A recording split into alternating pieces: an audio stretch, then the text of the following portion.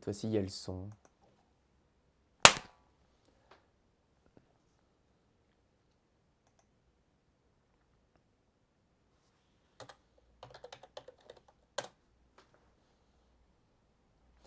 Bonjour à toutes et à tous, j'espère que vous allez bien et aujourd'hui on se retrouve pour une nouvelle vidéo de présentation de Windows 11. Alors hier, au moment où je tourne cette vidéo, est sortie la version 22000.51 de Windows 11. Donc pour le moment, ils nous disent encore que c'est la version 21H2 avec Windows 11. Bon, c'est bizarre comme nom, on ne sait pas encore réellement quel nom va prendre cette mise à jour, mais déjà de dire 21H2, ça signifie que c'est bien pour la seconde partie de l'année 2021. Pour la seconde partie de l'année 2021. Bon, qu'est-ce qui va réellement en être, on ne sait pas encore. Mais en tout cas, déjà, ça annonce pas mal de choses. Bref, sinon aujourd'hui, cette mise à jour est plutôt complète car, comme vous pouvez le voir, elle intègre le nouveau menu de paramètres tout simplement. Donc nouveau, il reprend tous les paramètres qu'il y avait dans Windows 10, mais sous une nouvelle mise en forme. Déjà, on peut voir que la fenêtre est intégralement transparente, ce qui donne un look plutôt vraiment sympathique. Donc là, je suis vraiment sur la page principale, hein, donc je peux le réouvrir avec le menu démarrer. Alors il y a des petits bugs graphiques par moment, mais il ne faut pas chercher. Donc hop, je réouvre le menu paramètres et comme vous pouvez le voir, c'est maintenant ceci, la nouvelle page de présentation. Donc là, on a un rappel de notre fond d'écran avec le nom, ces genres de choses. Mais ça, je vais y revenir. Donc ensuite, dans cette mise à jour, il y a également le nouveau Microsoft Store qui s'appelle Boutique Microsoft. Alors en mode aperçu parce que pour le moment, je suppose que c'est encore en cours de développement et préfère nous prévenir que ce n'est pas la version définitive. Donc cette fenêtre aussi intègre un menu.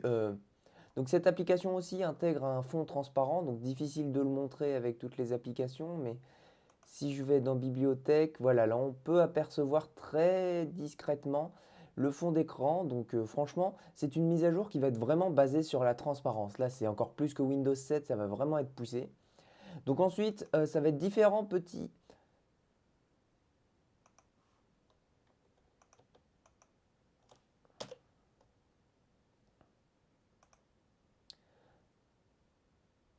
Donc ensuite, il y a plein de petits changements graphiques par-ci par-là qui ont pu changer, comme par exemple maintenant on a le menu de... Donc par exemple maintenant l'explorateur de Windows est légèrement transparent sur son menton. Donc je suppose qu'il n'est pas fini d'être développé parce que ça fait tâche d'avoir quelque chose de neuf sur quelque chose d'aussi vieux que Windows Vista. Donc enfin Windows Vista, Windows 7, je ne sais plus exactement. Bon bref, je pense que ça va changer. Il y a également d'autres petits trucs graphiques il y a plein d'autres choses graphiques qui ont pu changer, comme par exemple le centre de notification, avec avec l'agenda. Alors là, par exemple, on peut se rendre compte qu'il est buggé, on va revenir. Ici, on a du coup tout ce qui est éclairage nocturne, les petits boutons. Donc, il y a beaucoup de boutons qui sont partis je ne sais pas où. Donc, j'ai cliqué sans faire exprès dessus, mais oui, il y a également un nouveau clavier. Donc là, son thème est par défaut, mais vous allez le voir qu'il y a plein d'options pour lui. Et donc on débute. Et donc c'est parti, on va pas passer 15 ans sur la rapide présentation. Donc c'est parti, on va pouvoir passer à la présentation un petit peu plus détaillée. Et je vais y aller dans l'ordre de présentation des éléments que j'ai pu vous donner. Donc si je retourne dans le menu paramètres, comme vous pouvez le voir, ça a signifié, comme vous pouvez le voir, ça signifie comme vous pouvez le voir, ça a complètement changé. Donc globalement, les menus sont toujours les mêmes, hein. Donc on a affichage, son et notifique. Globalement, tout est à peu près au même endroit, hein. Donc si on veut, donc dans l'idée, ça veut dire, donc en gros, qu'est-ce qu'ils ont réellement fait? C'est faire en sorte que donc en gros, ce qu'ils ont fait, c'est prendre les menus qu'on avait en plein écran et les mettre sur le côté droit, un peu comme Windows 8.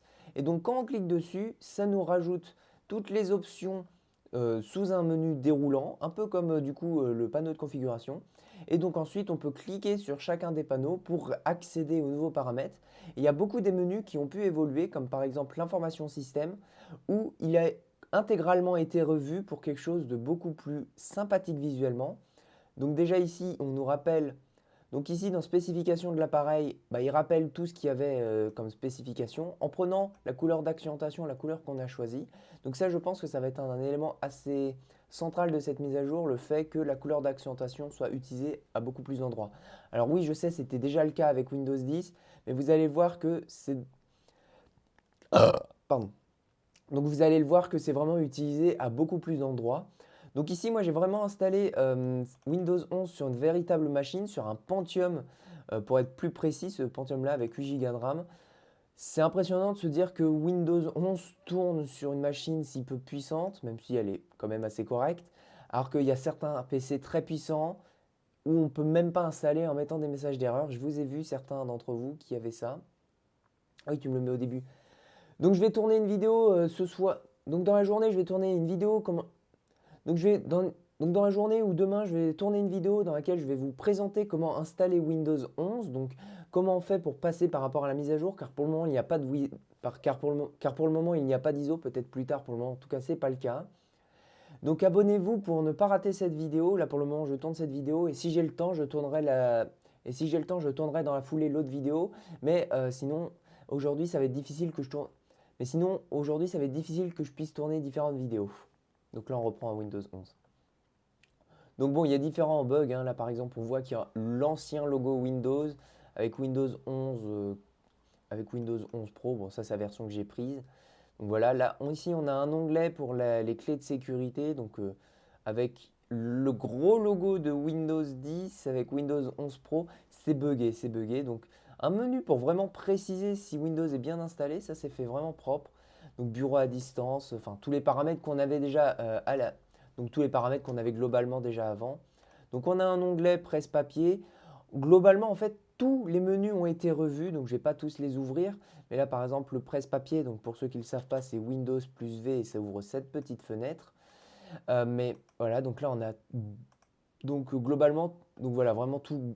Voilà, donc globalement, tous les menus ont été revus. Donc là, on a bureau à distance qui était dans information système. Bon, alors c'est pas dit qu'il n'y ait pas des répétitions avec. Pourquoi ils ont mis activation là alors qu'il est déjà dans information système? Bon, c'est pas grave, on va pas chercher. Là, on a un menu marche-arrêt qui est plutôt pratique parce qu'il est vraiment direct. Je veux dire, on n'a pas besoin de chercher 15 minutes pour aller donner le temps de mise en veille. Et encore une fois, là, vous pouvez voir que ici, on a une petite pastille de la couleur d'accentuation sélectionnée en plus clair que la version, en un peu plus clair que la couleur que j'ai sélectionnée. On a la même petite pastille juste ici. Je pense que la couleur d'accentuation qu'on choisit, elle va être vraiment beaucoup plus utilisée, hein. Donc, ne soyez pas étonnés de voir votre couleur sélectionnée un peu partout. Donc, si j'ai bien donc théoriquement donc est-ce qu'ils ont rajouté des options par rapport au microphone? Donc là on a pas mal de trucs. Donc on a qualité du micro, on a, on a la puissance du micro, ce qui est normal, améliorer la qualité, ces genres de choses. Ok, donc jusque là rien de bien étonnant, mais par contre c'est bien qu'ils aient rajouté ça dans le menu. Là ça fait propre, on n'a pas besoin de cliquer là-dessus pour aller dans les paramètres audio. Enfin, c'est assez propre, franchement, c'est assez propre. More sound setting. Ah oui, donc là, plus de paramètres sonores, ça nous renvoie à l'ancienne fenêtre où on a le micro juste ici qui est censé fonctionner. Pourquoi il marche pas? Ah si, il marche.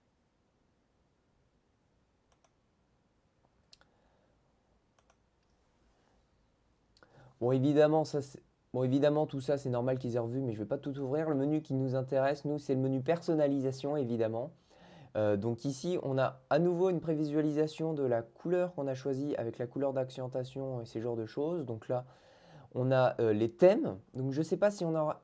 Donc je sais pas si jamais. Donc je ne sais pas si le fait qu'on en rajoute vienne en rajouter ici des options. Ça, on le verra dans le futur. Mais on peut venir choisir un thème juste en cliquant dessus. Et automatiquement, ça va venir changer le thème. Alors évidemment, ça fait ramer l'ordinateur. Alors là, il y a une petite animation très sympathique avec le fond d'écran. Voilà, donc on peut vraiment switcher de thème comme ça très rapidement. Alors évidemment, plus vous avez un ordinateur rapide, plus ça va aller vite. Ne me dites pas que c'est un bug. D'accord, donc il y a un bug. Bon, c'est pas grave, un de plus ou un de moins, on n'est plus à ça. Prêt. Et là, le fondu, il rend assez bien avec la transparence. Donc après, dans les onglets, vous avez globalement Donc dans les onglets, vous avez globalement toutes les options qu'on avait déjà. Encore une fois, revues, mises en page. Et tous ceux qui disent que ça fait un peu Android, et ben c'est le cas. Franchement, ça fait vraiment Android. Donc là, clair. Ah, personnalisé. Est-ce qu'il y a plus de trucs dans personnalisé? Non, pour le moment, on a toujours à ça. Effet de transparence. Alors si on le désactive, le système là, il vient vraiment très monotone, hein. Du coup, ça vient vraiment très moche. Couleur d'accentuation automatique, choisir de couleur. Donc on n'a pas forcément encore le choix de choisir plus de trucs hors la barre des tâches qui rend vraiment pas beau. Ou les hauts des fenêtres. Alors franchement, pour cette version, je pense qu'il c'est mieux de le laisser désactiver. Alors par contre, il galère, hein.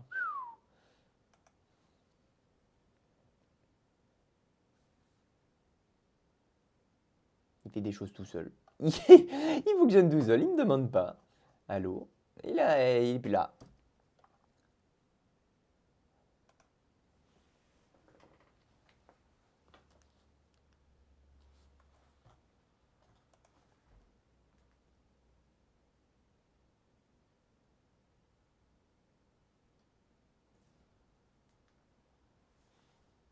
Mais j'ai pas cliqué là.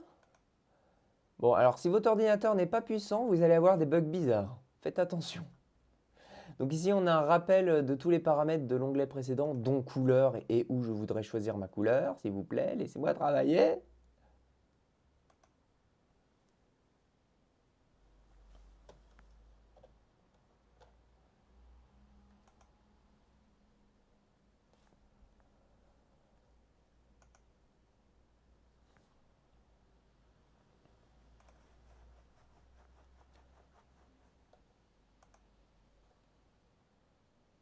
Alors quand je clique sur utiliser un thème personnalisé, il me charge le thème personnalisé, mais lequel? Qu'est-ce qu'il vient de me faire? Il fait des choses bizarres quand même, hein. Ce bouton-là, pour le coup, là, utiliser un thème personnalisé, ça recharge un thème clair. Ouh. Bon, admettons. Donc ici, nous... Bon, admettons. Donc par contre, un truc, moi, que je trouve vraiment très intéressant, c'est pour les thèmes contrastés. Donc déjà, ils ont revu les thèmes contrastés. On n'a plus les trucs violets, jaunes, je sais pas quoi. Là, on a des couleurs qui sont très propres. Faites pas gaffe ou ouf Dieu, c'est moi qui fais un test. Donc si là, je prends Dusk et que je fais appliquer,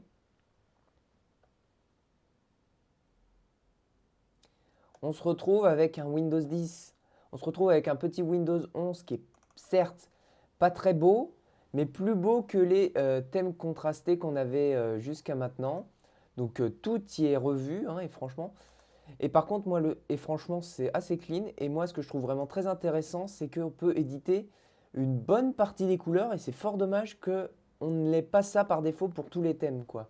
Bon, je veux bien comprendre pourquoi ils ne le font pas, mais par exemple, là, pour les boutons, du coup, là, on peut choisir la couleur et ça l'applique vraiment partout, quoi. Donc pourquoi on l'a pas, ça? Bon.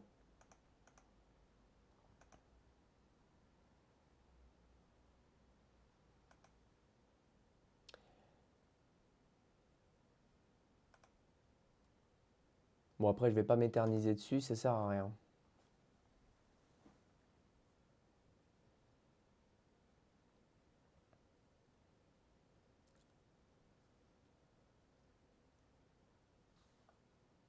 Ouais, par contre, ça c'est vraiment buggé, ça.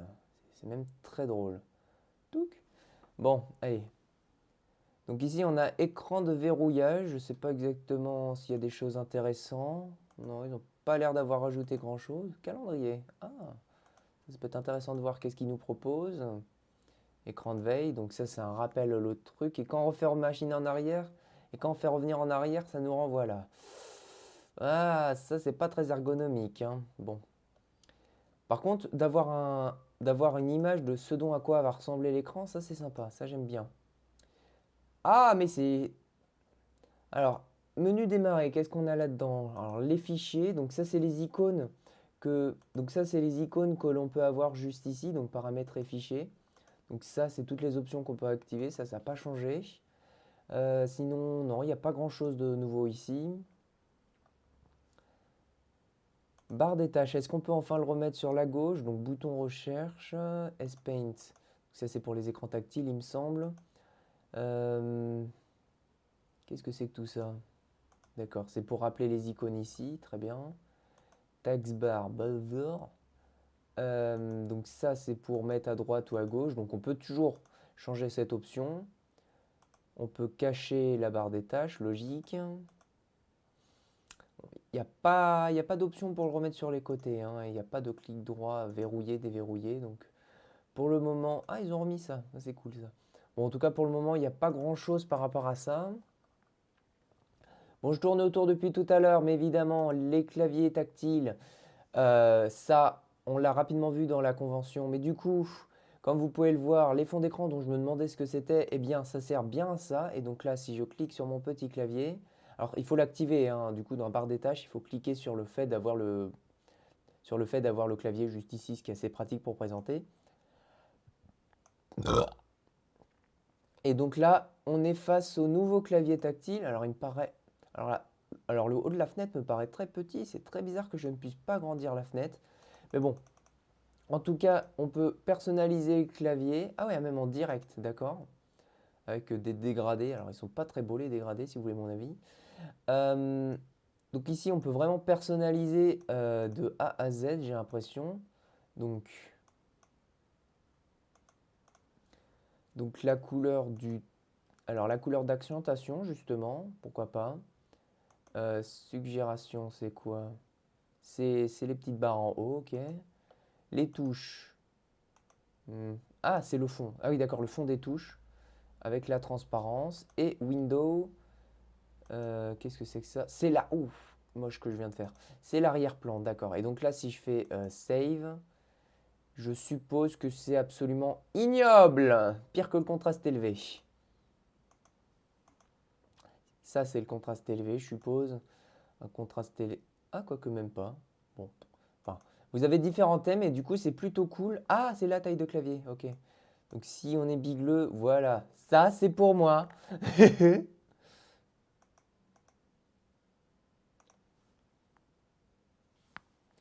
Alors, qu'est-ce qu'on a dans compte? Est-ce que ça a changé? Donc là, on a les points qu'on a sur Bing, OneDrive. Alors là, il y a un petit bug. Là, il y a un petit bug. Bon, c'est pas un peu. Ça m'étonne pas plus que ça. Your info. Qu'est-ce qu'on a comme information? Changer de photo de profil. Ok, donc rien de nouveau ici. Date et heure. Donc, est-ce qu'on peut enfin remettre à 100% en français? Alors, parce que, parce que le fait de mettre en français, là, que j'ai deux, trois trucs en français, c'est normal. Mais en gros, si on veut, dans les options avancées, en gros, il faut qu'il installe différentes choses. Et il y a certaines choses qui sont pas totalement compatibles. Mais comme ça a complètement changé, je ne m'y repère plus. Donc installer, mais là, recherche des fonctionnalités, je pense qu'il y a certains trucs qui devraient être encore mis à jour. Mais vu qu'on est encore sur une version d'installation, c'est normal qu'il n'y ait pas tout. Il ne faut pas trop en demander, en tout cas pour le moment. Parce que plus tard, ça sera le cas. Donc là, on a vraiment tout plein d'options. Donc ça, je vous laisserai fouiller si ça vous intéresse en installant par vous-même. Donc je capture. Alors, qu'est-ce qu'il y a de beau ici? Ah oui, c'est le Windows G. Graphique. Ah. Ah oui, donc ça, c'est le menu justement pour, je crois, pour les PC portables qui ont deux cartes graphiques. Je ferai un test plus tard, peut-être dans une autre vidéo. Donc accessibilité, bon, ouais, donc généralement, en fait, dans chacun des menus, il nous renvoie vers une option qui était déjà autre part. Alors, Visual Effect, ça, par contre, ça me dit rien. Transparent Effect, ok. Animation, on peut désactiver les animations. Oh! Alors pour les PC moyens, ça peut être intéressant. Parce qu'au moins ils peuvent voir la transparence qui est assez sympa, tout en ayant des performances améliorées. Ça, c'est une bonne option de l'avoir mis. Franchement, ça c'est cool. Display, je suppose que ça renvoie exactement à l'écran. Et du coup, ah là ça fonctionne le bouton retour. Alors, le Windows Update, y a-t-il des choses nouvelles? Donc, installation en attente, oui, donc ça c'est mise à jour. Programme Insider, il est là. Et donc là, ah, ça a changé. Maintenant, on a le nouveau petit chargement. Euh, Vous utilisez la dernière version de Windows, ouais, je sais. Votre PC ne répond pas à la configuration minimale requise et puis il y avoir des problèmes. C'est dommage parce que franchement, ma version, elle est compatible. Pas du tout. C'est pas vrai du tout, du tout, du tout. Bon, bref. Je pense avoir fait un rapide tour quand même, rapide assez long même. Donc voilà, je pense avoir fait un tour assez complet du nouveau menu de paramètres. Si jamais il y a des choses que j'ai ratées qui sont vraiment très importantes, je pourrais essayer d'y revenir dessus. Donc maintenant, on va passer hop, au Microsoft Store. Et donc nous, quand on ouvre l'application, on arrive juste ici. Donc on nous propose Netflix, début sur TikTok, jouer jeux les plus vendus, Microsoft 360. Alors ça, je pense qu'il y était. Alors ça, je pense qu'il y était quand même déjà, Mortal Kombat, ce genre de choses. Ok, intéressant. Donc là, on a quoi? L'essentiel des applications. Je ne sais pas si ça, c'est des applications du coup Android ou c'est les applications qui étaient déjà sous Microsoft Store. Non, a priori, c'était déjà les applications qui étaient déjà sous le Microsoft Store, donc là, rien de nouveau. Ça, du coup, je suppose aussi que c'était des applications qui étaient déjà iTunes, Netflix. Pourquoi WhatsApp? Attends, on peut installer WhatsApp maintenant à partir du Microsoft Store? Bon, c'était peut-être déjà le cas pour le coup. Par contre, Instagram, ça, je suis presque sûr qu'il n'y était pas. Ça, je suis presque sûr qu'il n'y était pas. Je vais essayer de l'installer, voir comment ça se passe. Voir si ça ressemble à une application Android ou pas. Ah, c'est sympa ça, ce menu de sélection qui floute l'arrière-plan, ça c'est sympathique. Mais du coup, j'ai pas l'impression de voir grand-chose d'application Android. Enfin, peut-être que ça c'en est une, du coup on va le vérifier.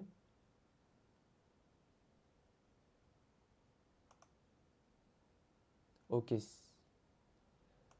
Je ne me rends pas vraiment bien compte. Ah, je sais ce que c'est. Oui, voilà, c'est ça, d'accord. Ok. C'est avec Edge, on peut créer une application, et du coup c'est juste ça, d'accord. En gros, c'est un raccourci, c'est pas une application en tant que telle. Par contre, moi en gros, ce que j'ai réussi. Par contre, je sais que j'ai réussi à installer l'application VLC. Donc, je ne sais pas si elle y était déjà. Je sais que moi, j'ai réussi à installer l'application VLC qu'on peut retrouver sur nos téléphones. Mais je ne sais pas du coup si c'est.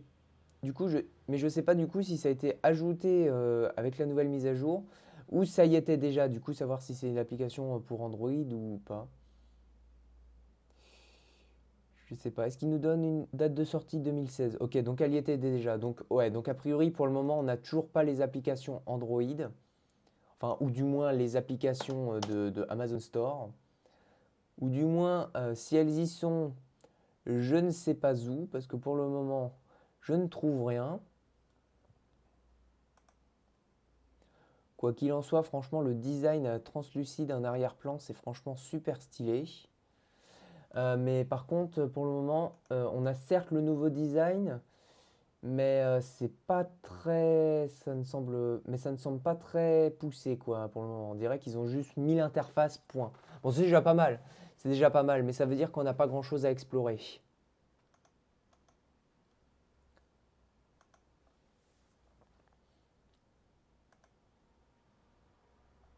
Bon, après, c'est peut-être au moment où moi je tourne la vidéo qu'il n'y a pas et peut-être que plus tard ça arrivera.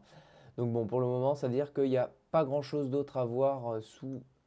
Donc ça veut dire que pour le moment, il n'y a pas grand-chose d'autre à voir sur le Microsoft Store. C'est dommage. Donc maintenant, on va passer aux parties un peu plus graphiques qui ont été rajoutées. Donc déjà un bug. Yeah. Alors là, en fait, il est censé y avoir des icônes, hein. Bon, on va redémarrer. Donc maintenant, on va passer aux éléments un peu plus graphiques. Donc déjà ici, on peut voir que le menton de l'explorateur de fichiers est transparent.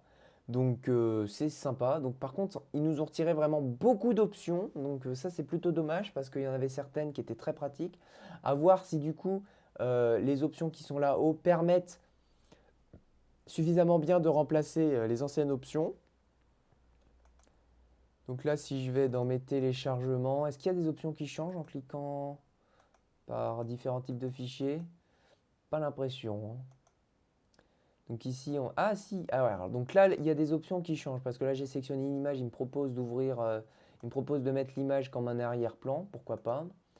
Euh, donc je peux changer d'arrière. Donc je peux changer d'arrière-plan comme ça, c'est super. Et si là, par exemple, je prends un ISO, qu'est-ce qu'il me propose? Monter, graver. Ok, donc en gros, les options relatives au fichier s'affichent juste ici. Je suis moyen convaincu là. Et si je clique sur un fichier, il me propose graver, compresser. Ah, on peut descendre. Ok, bon. Ça ne change pas grand-chose au fait que ça soit assez vide. Si je fais clic droit, donc je sais qu'il y a le nouveau menu clic droit. Donc je sais qu'il y a le nouveau menu clic droit qui donc ressemble à ceci. Donc on a ouvrir, ouvrir dans une nouvelle fenêtre, ces genres de choses. Et là, on aimerait tous que ce soit ouvrir dans un nouvel onglet. Mais bon, Microsoft n'ont pas l'air d'être décidés, hein. Donc ici, on a coupé, copié, dupliqué, non, je suppose. Renommer, d'accord. Supprimer. Alors là, l'icône renommer, elle me semble pas très intuitive. Et afficher plus d'options, ça nous renvoie vers l'ancien clic droit. Ou par exemple, si vous avez 7-Zip, ça vous propose 7-Zip. Donc pour le moment, c'est pas très bien, hein. Pour le moment, c'est pas très joli. Donc le menu propriété est toujours en thème clair alors qu'on était en mode sombre. Ça, j'espère très franchement que ça va être mis à jour, mais je suppose que oui. Je suppose que oui, vu le nombre de trucs qu'ils mettent à jour. Donc parce que oui, le clic droit est également disponible sur le bureau, comme vous l'aviez peut-être rapidement vu avec les paramètres d'affichage et personnalisés. Ici, on a également affiché plus d'options qui nous renvoie à l'ancienne version du clic droit où on peut retrouver par exemple les propriétés graphiques de votre carte graphique. Et en passant, je vais remettre un thème un peu plus joli.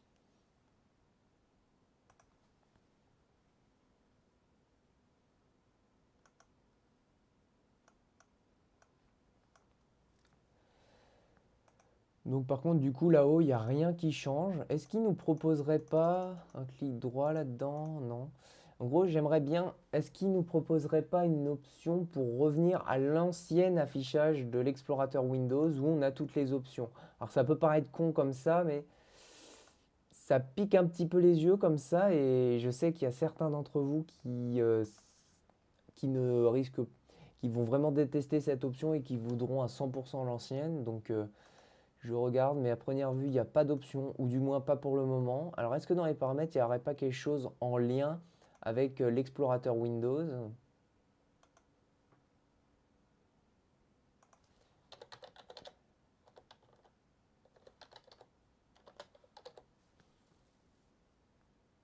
Ah, un nouveau menu de chargement. Alors il fait prendre. Alors là, c'est à 1000% le menu de chargement d'Android, hein. Euh, Ouais, donc non, il n'y a pas d'option en lien. C'est fort dommage. Ça, c'est très dommage.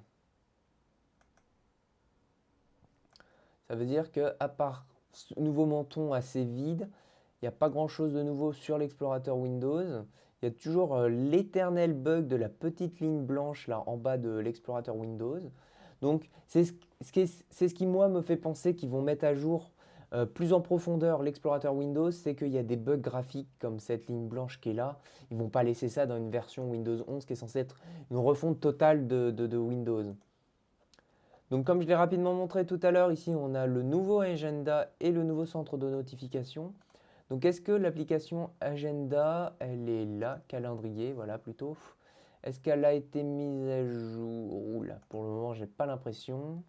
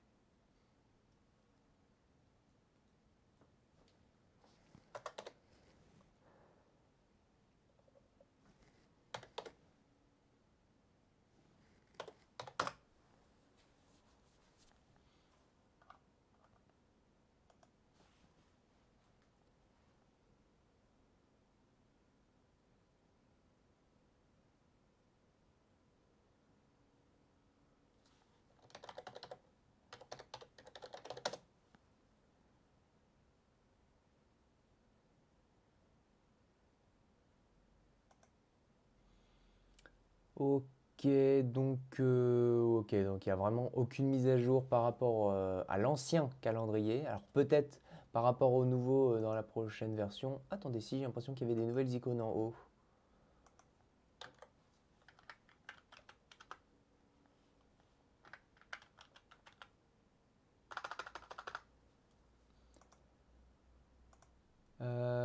Ouais, non, j'ai rien dit. C'est les anciennes icônes. Enfin, peut-être que ceux qui l'utilisent trouveront une différence, mais moi qui l'utilise pas, franchement, ça me semble pas très nouveau.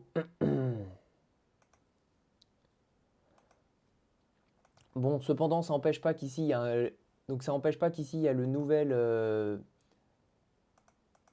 Donc ça n'empêche pas qu'ici, il y a le nouveau calendrier, donc nouveau, entre guillemets, évidemment, mais donc avec un calendrier, donc il n'y a aucune option. Donc si je fais clic droit, clic dessus, je peux descendre. Si je clique là-dessus, ça me renvoie à raisonner. Alors par contre, le rond est pâté, hein. Il est moche. Ok, bon. A priori, bah là, du coup, là, il n'y a pas grand-chose de très fou hein, sur ce calendrier. Et donc le centre de notification, c'est l'ancien centre de notification mis sous une bulle. Ouais. Au moins comme ça, il y a moins de boutons en bas. Ça peut être un avantage. Bon. Sinon, ah, donc quand on efface toutes les notifications, il disparaît. Ah, ça par contre, c'est cool. Ça fait propre au moins. Comme ça, pas de notification, pas de truc. Ok. Ça par contre, c'est cool. Et donc si je clique ici, alors, il y a l'icône d'Internet, mais le fait qu'on soit connecté à Internet... Ah si, il est là. D'accord. Ah, il faut cliquer 2 fois. Ah mais non, c'est diffusé. Alors donc non, il n'y a pas le bouton pour... Comment on fait pour afficher si on est connecté à Internet ou pas? Ah, c'est si on Wi-Fi. Ouais, d'accord. C'est si on est en Wi-Fi, certainement. Je vais brancher une carte Wi-Fi.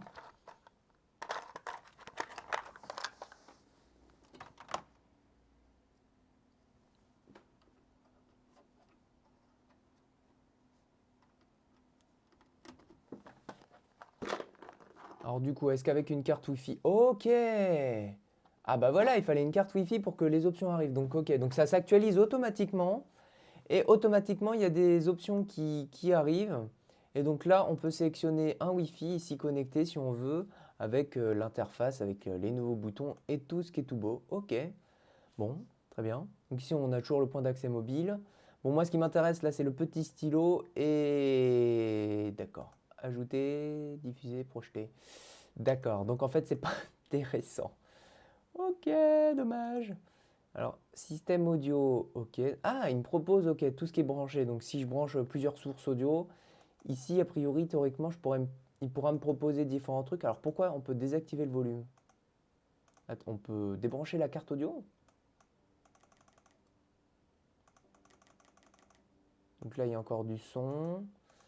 Mais si je fais... Ah non, c'est désactivé. Pas très ergonomique, ça, non plus. Un bouton qui sert à rien. Bon, ok. Pourquoi pas? En tout cas, ici, on retrouve l'éclairage nocturne qui permet de mettre l'éclairage nocturne. On peut connecter un écran à distance si vous l'utilisiez. Assistance de concentration qui permet de retirer les notifications si mes souvenirs sont bons. Un bouton accessibilité, ça par contre, ça peut être intéressant. Donc la loupe. Est-ce qu'ils l'ont mis à jour, la loupe? Ah oui, ça, c'est pas le même menu. C'est clairement pas la même fenêtre. Mais est-ce que du coup, il y a moyen de le mettre encore une fois en encadré, comme c'était le cas avant ou... Ouais. J'ai l'impression qu'ils nous ont retiré plus d'options qu'ils nous en ont rajouté là, hein. Donc là, si je vais dans paramètres, accéder aux paramètres, est-ce qu'il me propose de remettre sous forme d'une petite fenêtre autour de la souris ou en encadré en haut? Parce que là, pour le moment... Voilà, objectif. Ok, nice, il y est toujours. Toujours aussi moche d'ailleurs, mais il y est toujours quand même. C'est déjà ça. Bon. Donc vous avez toujours les options de paramètres. Donc vous avez inversé couleur. Donc je suppose que là, ça va être ignoble. Attention les yeux. Non. Bon, d'accord. Ouais. Encore une fois, ça me paraît pas fini. Bon, c'est normal aussi que ça soit pas fini, hein, mais c'est bizarre. Filtre de couleur. Ah, c'est qu'il faut activer le filtre de couleur. D'accord, ok. Il faut suivre. D'accord. Toucherai maintenant. Je suppose que ça n'a pas marché non plus. il faut les activer pour...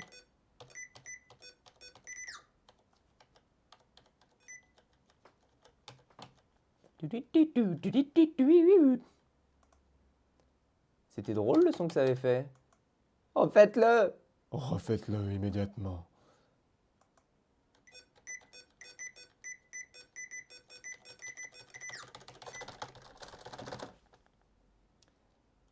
Bon, d'accord, ok, ça fonctionne. On a compris. Donc, le micro, je suppose que c'est parce que j'enregistre le son. Voilà, rien de plus. Ici, du coup, le clavier, on en a déjà parlé. Ça n'a pas changé. Toujours pas arrondi d'ailleurs, hein. Du coup, là, la fenêtre des icônes n'a pas changé. Pas arrondi. Donc là, on a le relay que... Ah, on peut ouvrir les périphériques. Ah non, c'est périphérique et imprimante. Pardon, je sais pas lire. Pardon. Ok. Ah, intéressant. Ah, ça, c'est sympa. Bah, je suppose que c'était déjà le cas, hein, mais je veux dire, les nouvelles icônes, elles sont sympas. Donc ça, c'est une vieille icône, une vieille icône, une vieille icône. Les deux là, c'est des nouvelles icônes. La troisième là, elle me semble ancienne. Ça, c'est une nouvelle icône. Ça, c'est une nouvelle icône qui d'ailleurs, c'est le clavier Apple. Qu'est-ce qu'il fout dans Windows?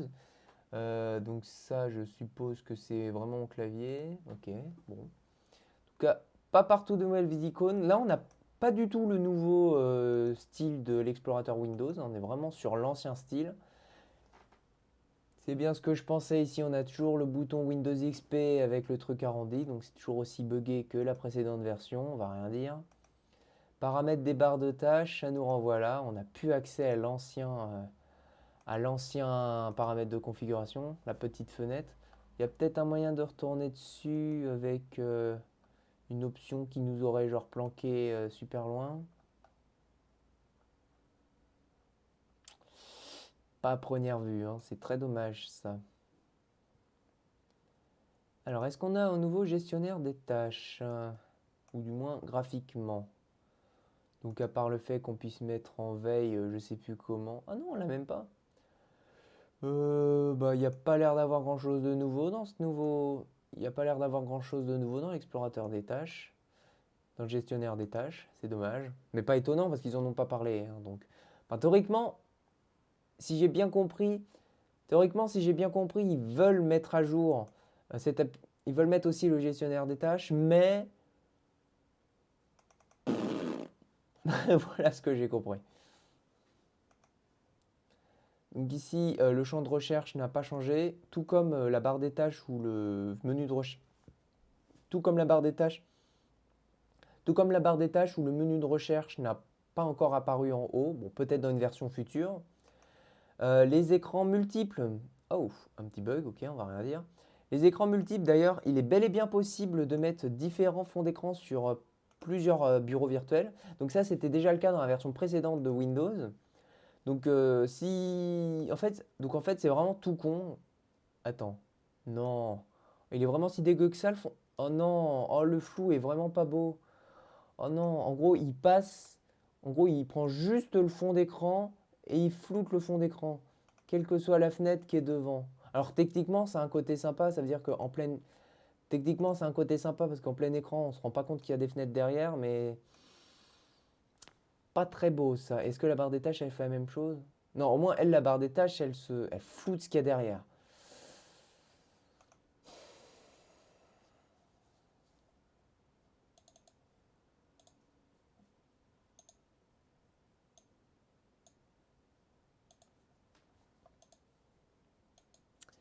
C'est franchement pas Jojo ça, hein.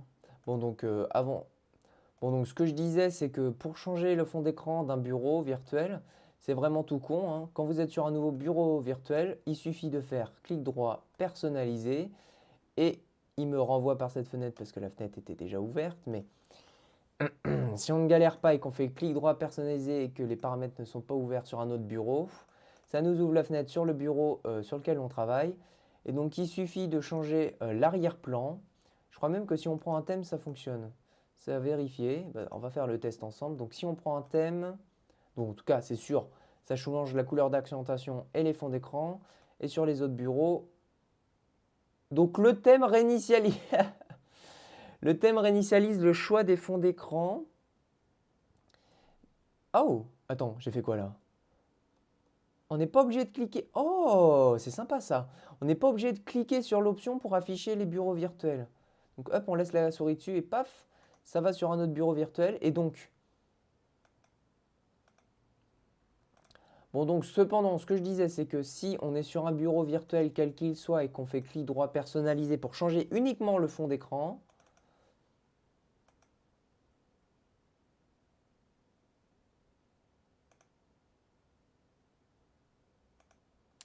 et comment on fait pour changer le fond d'écran d'ailleurs? C'est une très bonne question. Image, là, voilà. Et donc si je prends un fond d'écran uniquement pour ce bureau virtuel, et là, voilà. Et donc là, vous voyez, ah, il a repris les anciens fonds d'écran. C'est cool ça. Et du coup, automatiquement, déjà, en plus d'avoir repris les fonds d'écran que j'avais déjà pu prévoir, il m'en a mis un sur chacun des bureaux. Donc ça, c'est assez sympa. C'est assez sympa. Alors, quand on a une notification et qu'on clique dessus, ok, voilà, ça nous renvoie là. Et donc, on peut effacer les notifications et on a une petite animation très sympathique. Et du coup, d'ailleurs, ce flou-là, est-ce qu'il passe devant les applications ou il fait comme les autres, à flouter sans rien en avoir à faire? Ok, donc ça, c'est comme le menu démarrer, il floute correctement, on va dire. Il fait un beau float. C'est agréable.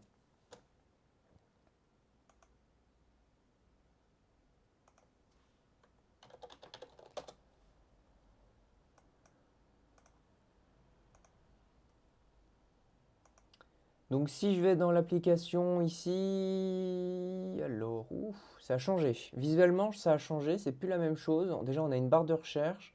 On peut, on peut déplacer les applications, mais pas les mettre sur le bureau à première vue. Mais j'ai l'impression qu'on n'a toujours pas l'option de mettre en plein écran. Bon, peut-être dans une prochaine version. Donc là, on peut choisir qu'est-ce qu'on veut. Donc météo, qui est décoché de base. Bon, qui est décoché de base. Ah non, c'est qu'on ne peut pas le décocher, d'accord. Donc il est obligatoirement coché. Et du coup, tout ça, on peut décocher, je suppose. Très bizarre. Bon. Et du coup, si je retourne sur le bureau avec une nouvelle icône d'ailleurs, hop, est-ce qu'il m'est possible de faire comme sur Windows Est-ce qu'il est possible de faire comme sur Windows 7 et Windows Vista? C'est nul. Moi, je veux le mettre sur le bureau. Supprimer le widget, grand. Ah, ok, donc ça, c'est un rappel à Windows 8. Petit rappel à Windows 8, petit, grand, moyen. Ah ouais, hein. Il faut garder ce qu'on a codé quand même. Et supprimer le widget, ça le retire réellement. Ok, ok, ok.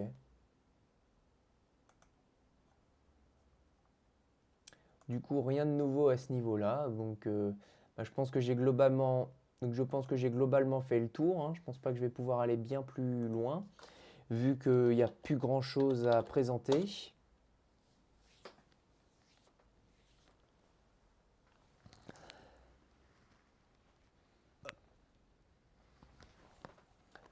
Bon bah voilà, j'espère que cette vidéo vous a plu. Alors je sais qu'elle est assez longue ou assez... Bon bah voilà, j'espère que cette vidéo vous a plu. Alors je sais qu'elle fait un certain temps, mais bon, j'espère quand même... Bon bah voilà, j'espère que cette vidéo vous a plu. Alors oui, je sais, elle fait un certain temps, mais bon, j'aime bien prendre le temps de présenter assez longuement les fonctions pour que vous puissiez vraiment voir à quoi vous attendre euh, et du coup vous projeter dans le futur. En tout cas, moi je vais très prochainement tourner une vidéo comment l'installer.